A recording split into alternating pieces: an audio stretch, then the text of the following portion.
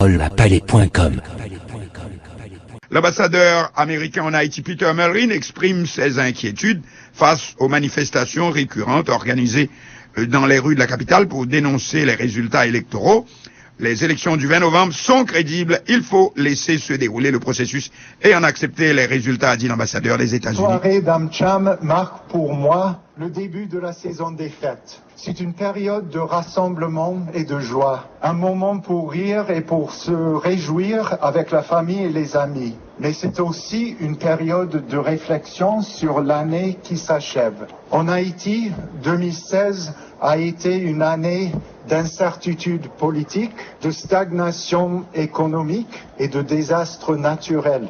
Les événements de 2016 nous montrent l'ampleur des défis auxquels Haïti doit faire face en 2017. Est-ce que le pays sera à la hauteur? Les candidats présidentiels seront-ils prêts à accepter les résultats définitifs à la fin de ce mois-ci? Résultat d'un processus reconnu par tous les observateurs haïtiens et internationaux comme crédible et grandement amélioré par rapport à 2015. Certains acteurs politiques arrêteront-ils d'utiliser la rue pour semer la peur, pour affaiblir le processus démocratique et pour empêcher l'haïtien moyen de célébrer les fêtes en paix? Le nouveau gouvernement et le nouveau Parlement auront-ils la sagesse de collaborer pour faire avancer des lois et des programmes qui répondront aux véritables besoins du peuple? Le secteur privé aura-t-il le courage de donner la priorité aux projets favorisant le développement économique à long terme et non pas aux bénéfices immédiats à petite échelle? La communauté internationale sera-t-elle prête à mobiliser les ressources nécessaires pour accompagner Haïti dans un partenariat de développement avec des objectifs définis ensemble et visant à l'avancement du haïtien moyen? Voilà beaucoup de questions à se poser en cette fin d'année. Haïti à nouveau se retrouve à un carrefour. Haïti a besoin d'une bonne année 2017.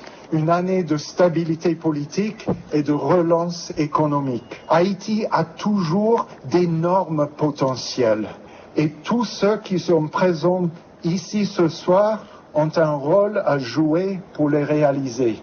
Je me tourne vers nos amis et collègues de l'AmCham qui nous offrent cette soirée, ainsi que vers tous nos partenaires du secteur privé pour vous dire que votre pays a besoin de vous. Il a besoin de votre savoir-faire et de vos compétences pour élaborer avec le gouvernement une vision stratégique. Il faut identifier les maux qui minent l'économie d'Haïti et y trouver des solutions à long terme. Ambassadeur des États-Unis en Haïti, Peter Mulrin, les gouvernements haïtiens et américains souhaitent l'aboutissement du processus électoral. Cependant, cela ne semble pas venir assez vite avec cette dernière décision du Conseil électoral provisoire devant récuser la demande des partis contestataires pour intervenir dans la formation du BCEN.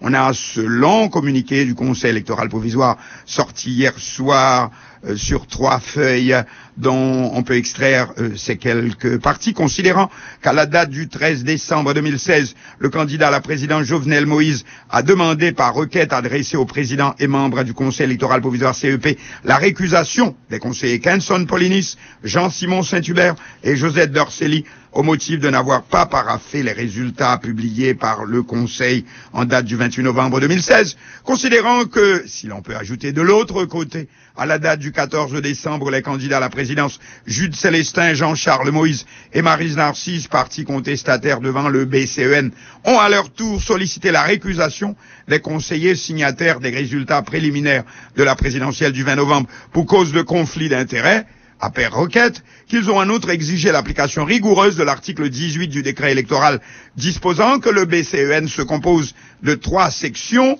et un peu plus loin encore, considérant que, justement, le bureau de contentieux électoral étant constitué de 3 institutions indépendantes, notamment le CEP, la justice et la corporation d'avocats, Le CEP en tire la conclusion. Il n'est donc pas dans les attributions du Conseil électoral provisoire de connaître de la constitution du BCEN. Plus loin, le Conseil électoral provisoire, après délibération, a pris la décision suivante, en un mot, accueille les demandes de récusation des deux côtés, mais sur le fond rejette les dites demandes pour défaut de fondement, déclare que le Conseil électoral provisoire n'est pas compétent pour statuer sur la constitution du BCEN, ordonne la communication de la présente décision aux parties requérantes, et c'est signé de tous les membres du Conseil électoral provisoire, oui, des 9 membres du Conseil électoral provisoire, qui se déclarent en quelque sorte incompétents pour s'immiscer dans la constitution du BCEN, tribunal qui, en dernier lieu, doit écouter les contestations formulées contre le score du candidat PHTK, Jovenel Moïse, aux résultats préliminaires, et en même temps donc que ces partis contestent. Et des deux côtés, on récuse les membres du BCEN, on récuse les membres du bureau du contentieux électoral national, les membres du tribunal. Des deux côtés, on récuse, et le Conseil électoral de dire le Conseil électoral n'est pas la seule institution à participer à la formation du BCEN, donc le Conseil électoral ne saurait tout seul trancher cette question. On en est là et on voit pas comment ça va continuer. C'est le match, c'est le jeu de ping-pong qui se poursuit. Que dit l'éditorial? Oui, seule solution, une cohabitation. Palais.com. Le présidentialisme, traduisez l'appétit de pouvoir, est tel qu'on en oublie que le peuple n'a pas participé aux élections du 20 novembre 2016, ou si peu. Si le candidat du parti de Michel Martelly, PHTK, Jovenel Moïse, est reconnu comme le vainqueur lors de la proclamation des résultats définitifs par le Conseil électoral provisoire CEP dans quelques jours, il sera le président d'à peine 10% de la population haïtienne forte de 12 millions d'habitants. Selon les chiffres officiels, 21% de l'électorat a pris part au scrutin du 20 novembre. Même crédité de 55,6% des votes, comme ses associés se plaisent à le proclamer, Jovenel Moïse n'a pas été élu par plus de 10% des Haïtiens. Peut-on considérer comme un président légitime un élu si peu représentatif? Oui, sur le papier, en même temps que le nouvel élu, quel qu'il soit, et cela vaut aussi pour les opposants, va être confronté à une situation nationale sans précédent. Un pays ruiné, non seulement économiquement, le passage de l'ouragan Matthew en octobre dernier, balayant 4 départements géographiques sur 10 parmi les plus fertiles, a enlevé toute chance de relancer dans l'immédiat la production agricole, qui est notre principal moteur de richesse depuis toujours. Mais la carcasse elle-même, c'est-à-dire l'environnement géographique, est une horreur, aussi bien au niveau des villes, dont la pire est la capitale elle-même, que des campagnes, en même temps que le corps social est livré à l'anarchie dans tous ses compartiments, santé, grève sans discontinuer dans les hôpitaux publics, éducation, idem, pendant que le niveau scolaire est en chute libre, sécurité, les bandits font la loi, pendant que la population finit par recourir à la justice expéditive, et c'est partout la même chose. Mais le pire est l'état de l'État lui-même, ruiné fiscalement et sans autres ressources.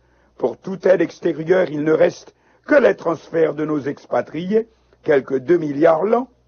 C'est un État dans l'incapacité de remplir ses obligations, donc quasi inexistant, qui attend le nouvel élu, à moins de venir avec l'esprit d'un charognard de la savane qui vient achever une carcasse déjà pourrie.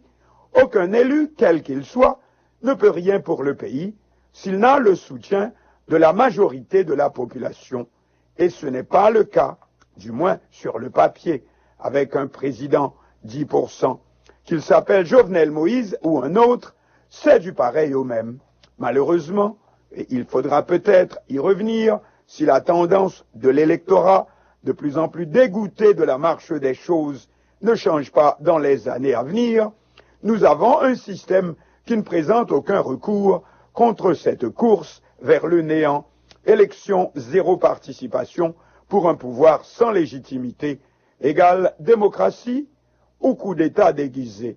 Alors qu'un système, comme en France, ne repose pas seulement sur l'alternance, qui du train où cela va chez nous finit par ressembler à un jeu de combinard, le système français repose également sur la cohabitation. Un président élu ou le parti au pouvoir montre-t-il des faiblesses que l'on peut provoquer de nouvelles législatives. Et si c'est l'opposition qui remporte la majorité, c'est elle qui prend les commandes du gouvernement, pendant que le président élu demeure à son poste et continue d'exercer les attributions de sa charge jusqu'au terme de son mandat.